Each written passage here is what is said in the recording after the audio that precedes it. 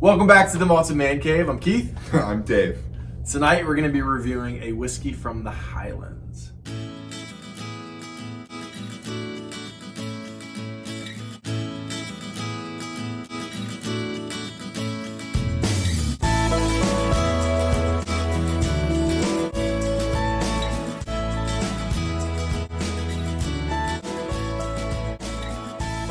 All right, so as I said, tonight we're going to be reviewing a whiskey from the Highlands.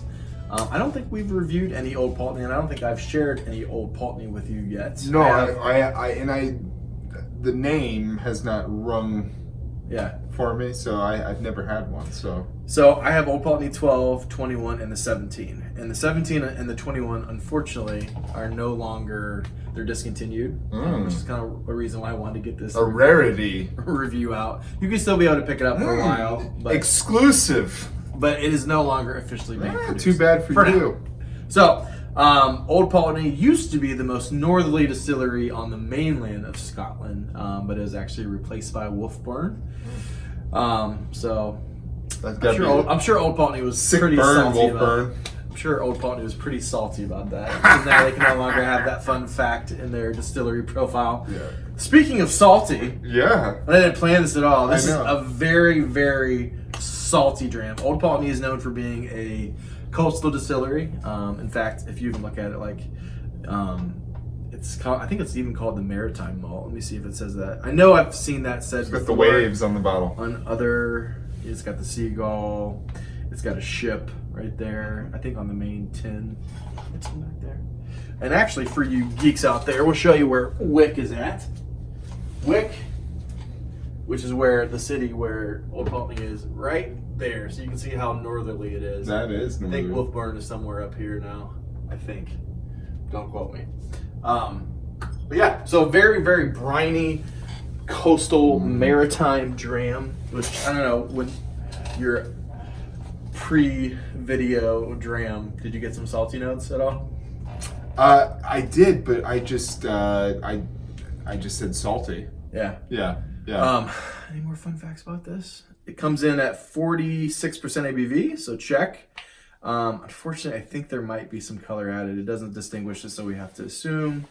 And it does not say whether it's chill filtered. If we can get anything for certain. What color are we thinking, boys? We're thinking a little dehydrated. Yeah, that has a little E150A hue to it, unfortunately. Think you haven't had any water all day and you head to the bathroom. Yeah, that's exactly. That's exactly the color. That's exactly the color. Anything else you want to say about Old Pulteney 17 before we? I'm excited. We're gonna put the cask maturation, if we can find it right there. Like as I said, 46% ABV. So without further ado, let's get into some whiskey.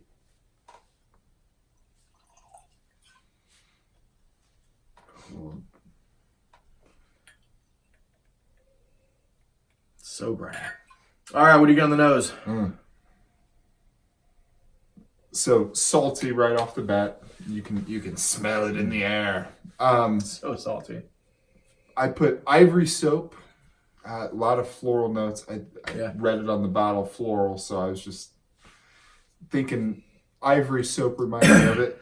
It also reminds me of like a boutonniere when you're going to prom, smelling that thing. It's a very salty floral dram for sure. Yeah. And then I put ground dark roast coffee. Mm-hmm. I don't know.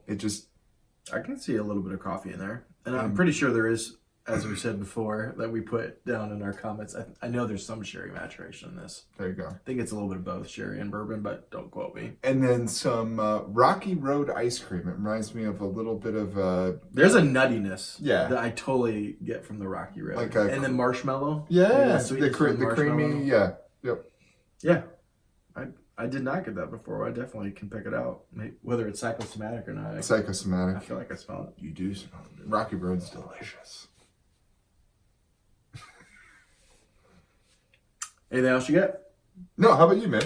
So, on pretty much all the Old Pulteneys, I always get like Lipton or brisk, like sweet lemon tea. Oh, yeah. Like tea with some lemon in it. I got you. There is, like you said, some nuttiness. There maybe a little bit of like slight raisins in the background, maybe even the slightest hint of milk chocolate, which I did not put in my notes, but I'm getting now. Yeah.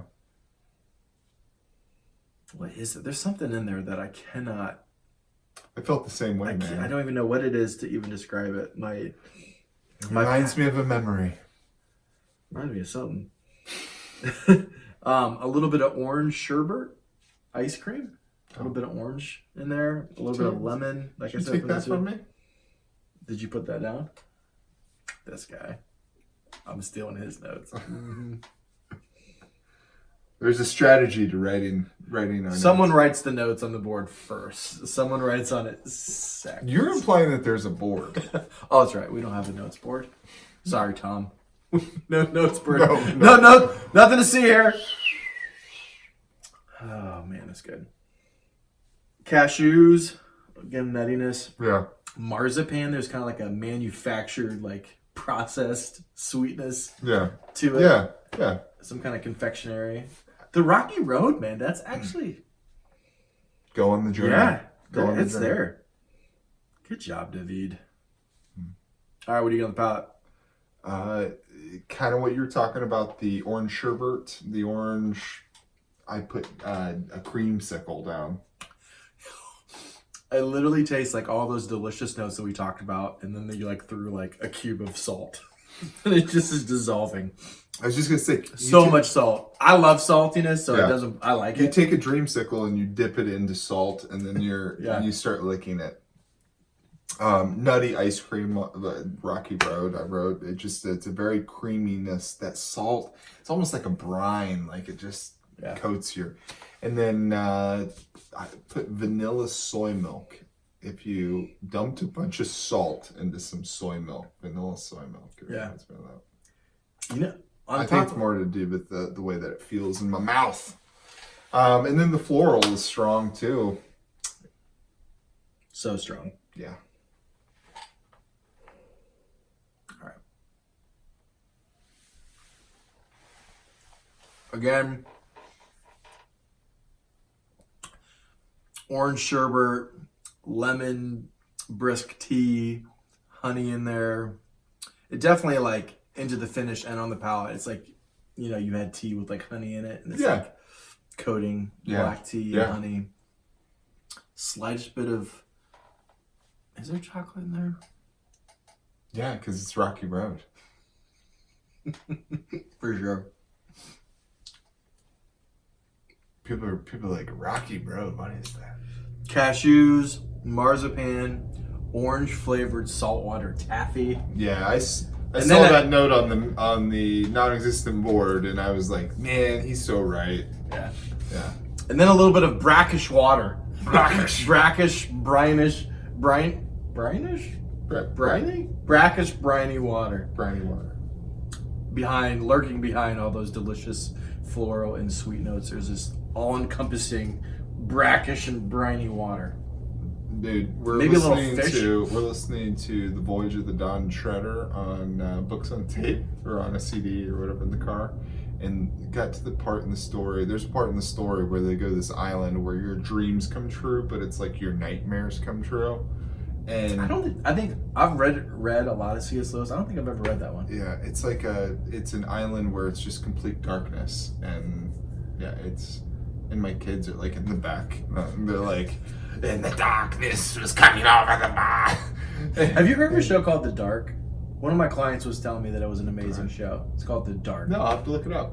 Yeah, I'm gonna try it tonight. In the comments, if you know if it's good and worth my time watching, please let us know. Yeah. I'm trying to think if I get anything else you got on the palate before we go to the finish. No. Nuttiness. It's a good ram, man. All right, finish. Long, short, medium. Any notes that stick out?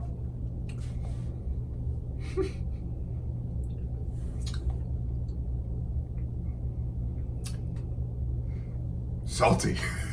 So salty. Salty. Floral. Rocky Road. Rocky Road. Dude, it definitely has marshmallow with nuts in it. Yeah. Maybe a little bit of chocolate. Now, the 21 definitely has chocolate. There you go. Because it's got even more sherry influence, I'm pretty sure.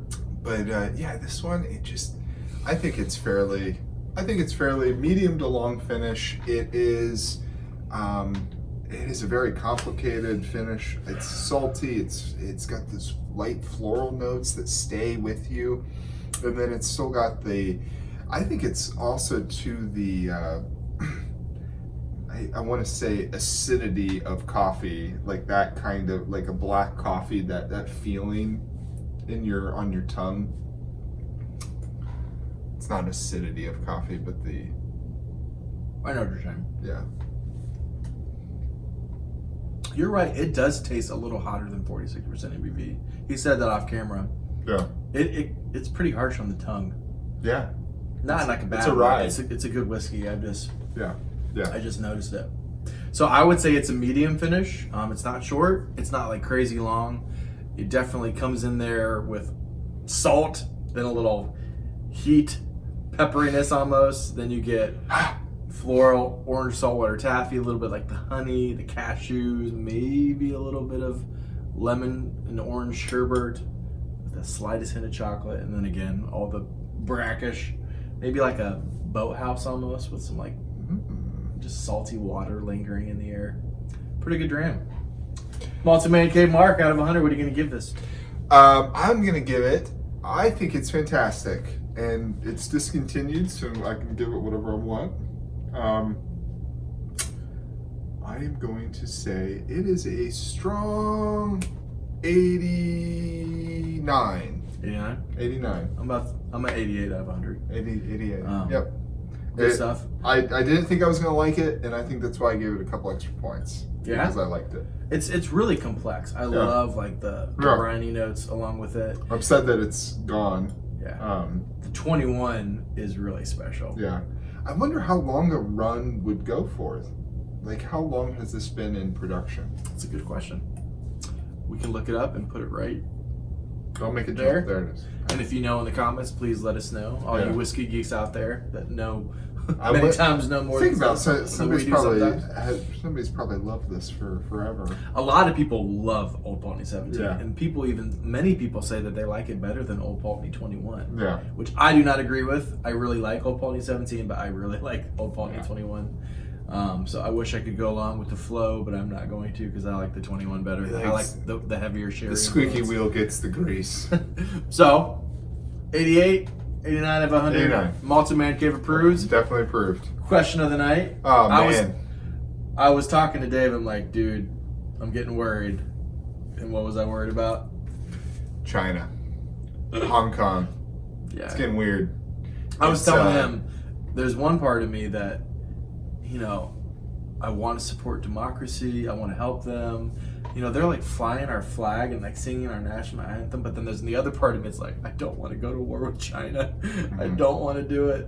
I mean, I still think we have the strongest military in the world. And I know that if they had another Tiananmen Square, which is looking like it's going to happen, unfortunately. Can you just imagine what China warring with itself dude, we were just talking about end world, like end a of the civil world. war. That'd be like a world war. With themselves. I know, dude. It would be. How many are they? Like 1.2 billion now. How big are they? Yeah.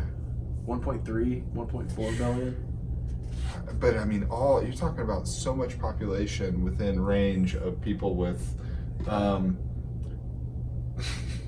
One person gets control of a base. What do you think we should do? Just wait it out, see what happens? Do we get involved? I don't think China would let us get involved because of everything is going to be handled internally. They will not ask for. But what happens if Hong Kong asks for help? No, if these protests continue to escalate and they start, because most people have seen on satellite this huge the line of demarcation across from Hong Kong and mainland China. Yeah. So many military tanks and stuff are rolling in, stockpiled. So if that happens and they have another Tiananmen Square, what do you think's going to happen? And what do you think we should do? I think a bunch of people are going to be hurt. I know. And I naturally feel like there's so many good Chinese people, Hong Kong people, and even good people in China. Yeah. that are just kind of along for the ride with this communist regime. Just, man. Can we just agree not to like rule over people anymore as a dictator? I feel like we've moved past that. That's why you need a benevolent monarch. Here we go. Back to the vote Dave Bruns. Who was it? Someone was saying, I think Jay. Yeah. He wants to be part of the triumvirate. We rule together. I think it was Jay. No, there's only one ruler, and it's me. You either get a good one or you get a bad one, and if you get me, it's probably pretty good. I don't know about says you. Every dictator ever.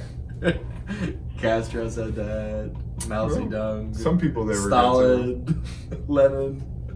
But so obviously my thoughts and prayers there for Hong Kong, and I hope it doesn't get to that. Dude. And it's also making the whole trade war thing kind of tense because that could ruin. I was hoping we could get some kind of trade deal, but if this is popping off, it's gonna stall everything, and then it's gonna stall the economy, and the Democrats will get their desired outcome of a recession. Something's gonna happen. I don't know, man. It's such a. China is so strange. They do things so backwards, and it's the wrong thing, and you're screaming at it, hey, it's the wrong thing, you're doing it wrong, it's gonna backfire, look at history, and they're heading right towards it, man. And what they're doing in Hong Kong is brave, but it is going to... And they have like facial recognition software, so everyone that's like protesting is on a list. Do you see China backing down? I do not, unfortunately. Right.